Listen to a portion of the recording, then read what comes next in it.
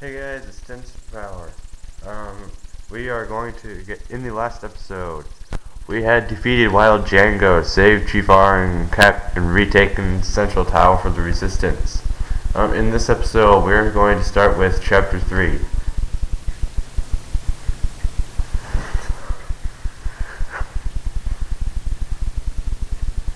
We somehow managed to regain the base. The base, huh? That's great. But what good does a base do us when there's just three of us? You're quite right, but I have an idea. 30 miles northwest, there's an old force metal mine on Tiana Island. Reploids at the mine who resisted the rebellion army are still trapped inside. It's essentially a POW camp. So if we bust the Reploids out, they might join us? Yes, and there's one girl we really need. The system operator, Nana. If we could rescue her, she could restore functionality at our base.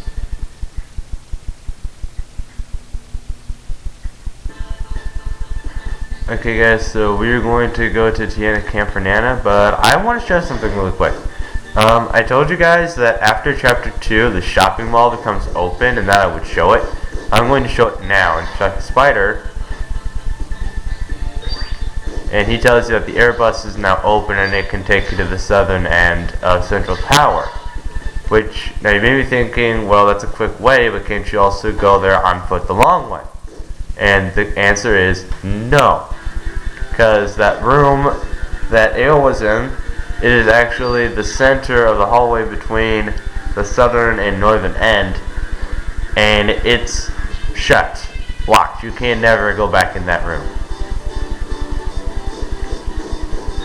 We've got some NPCs here. Here, if you talk to those NPCs, they will sometimes give you information about the current chapter you're on.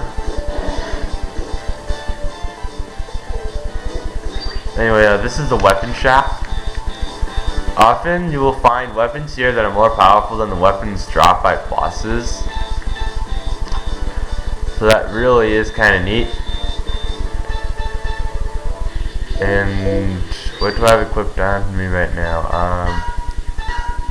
Okay, I have the Fire Buster equipped on. I could equip the Thunder Buster, which has a power of 65 and ups my armor up, and ups my armor a bit.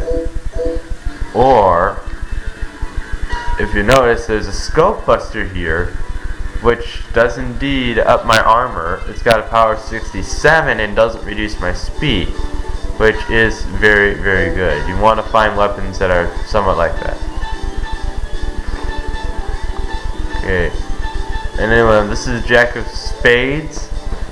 With Spider, his playing card weapons, the suits do different things.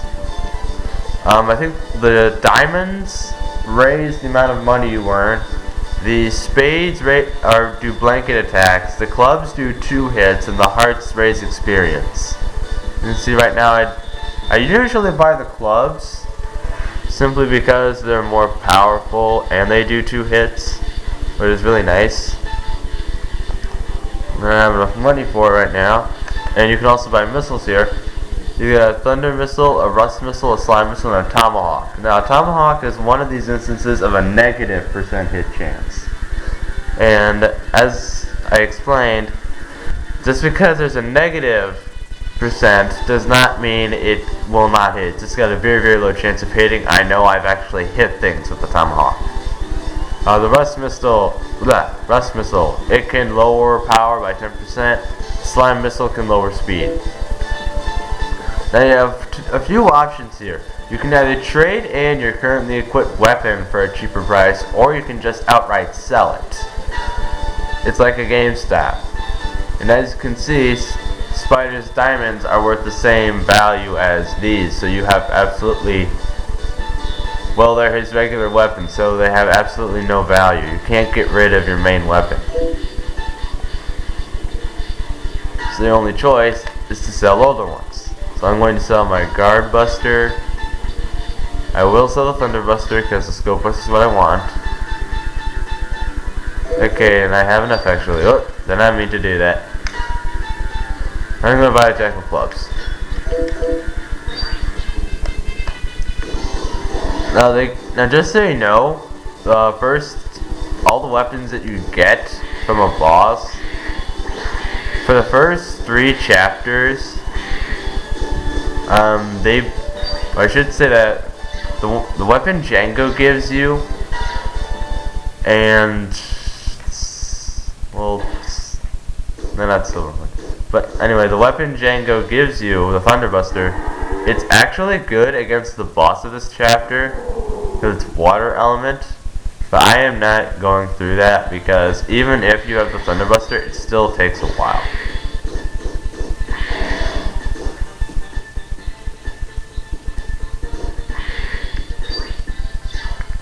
And so guys, it's like 10 in the morning, I just woke up. So the destination is Tiana Camp.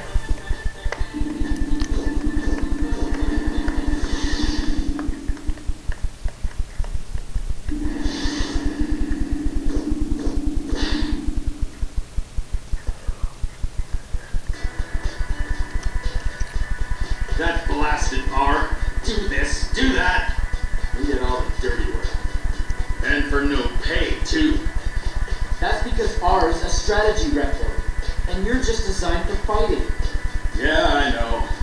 Anyway, I've got my own goals. That's why I'm willing to work. Goals? Yeah.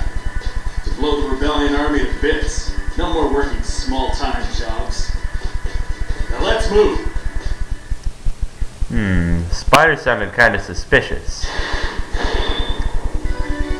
Chapter 3, The Paper Hero.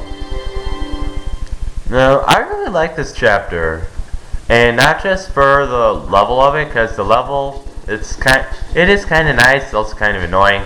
But, the title is The Paper Hero. Now, if you look back, the first Chapter 1 was Infiltrate Giga City, Chapter 2 was Recapture Central Tower, and Chapter 3 is The Paper Hero, and this is not a goal, actually, unlike the first 2 chapters. This is not a goal, this is actually a symbolism of a certain character in this level.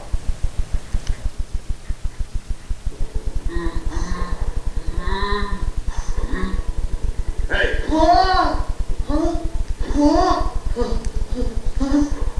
All that armor and a scaredy cat, wow.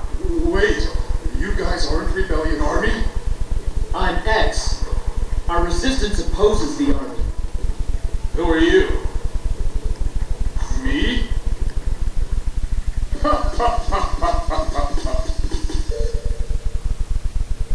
I'm Massimo. Call me Steel Massimo. Massimo. I remember hearing of a warrior named Massimo fighting the rebellion army. Then you're on our side. What do you say, Massimo? Join us? Yeah. So, first things first. Can you help me bust the roids out of this camp?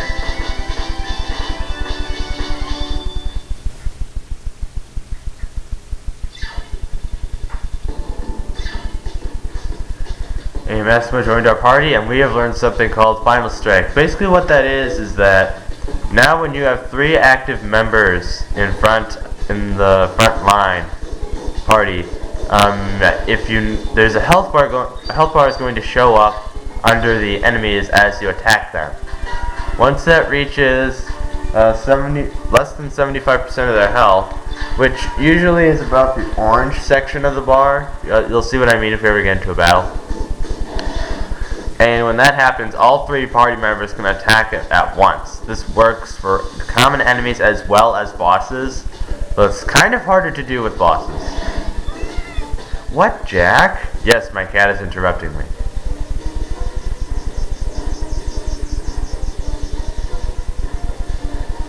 You are such an attention hound. Anyway, this is Spider telling you not to get in the way of those red lines. Really, I don't know why you would. He's saying, don't get in the way of those security beams. Why would you want to get in the way of those security beams? Anyway, you are guaranteed to get caught here. So you're going to get 300 zenny. You decide if it's worth it or not. In all honesty, I think that other one just gave you zenny too. Yeah, must have.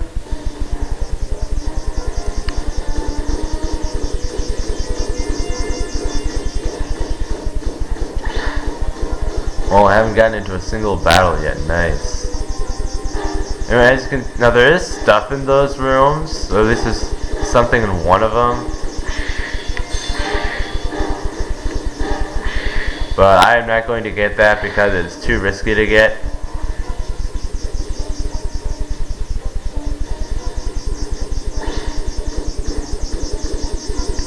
It's really hard to get into this room. What's really nice is that if they detect you, you don't have to fight anything or anyone. They just send you right back here.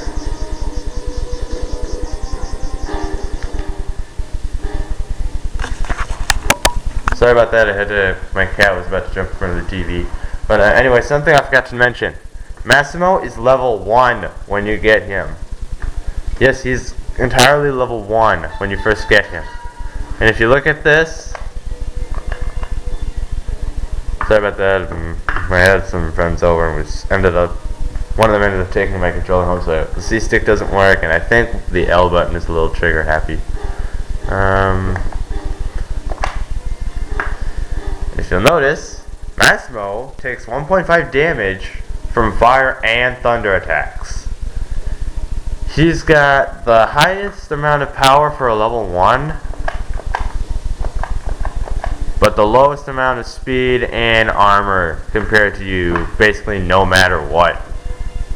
And he has absolutely no experience points before you fight him. Plus, he can only take 2 force medals. And I just about almost never change it, I only get rid of the water guard. And that's simply because after this chapter, it becomes virtually useless until... Actually, yeah, it just becomes virtually useless. Oh, that was uncool. Hang on, guys. Okay, I made it to that little side room, and if you manage to, you get the thunder missile. Now, Spider's already got twin missiles and item capture. Let's steal an item. I've got fire missile and micro missile. I'm gonna give that to Massimo. And you may be thinking, well, why on earth would I do that? He's level 1. He's gonna suck with it. Well, actually, no. You see. Okay, what I was trying to say is that.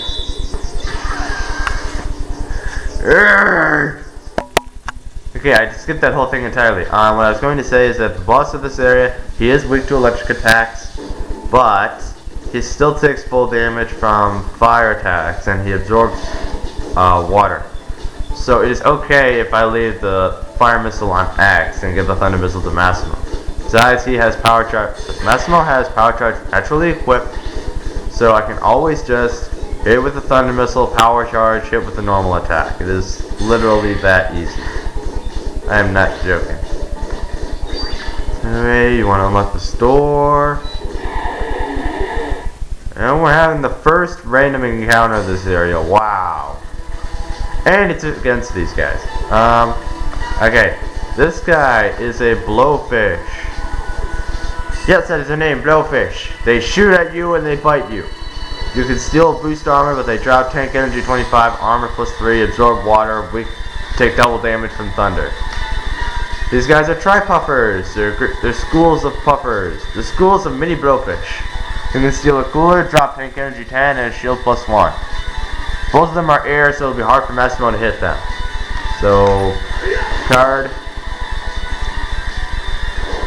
And usually if you blow up the tri-puffer, the blowfish runs away. Why? I don't know. It's like it's babies or something. And, well, it looks like I'm coming up on my time limit. So, see you guys next time on Mega Man X Command Mission. Now for my talent and superpowers of YouTube. Shut this video down now.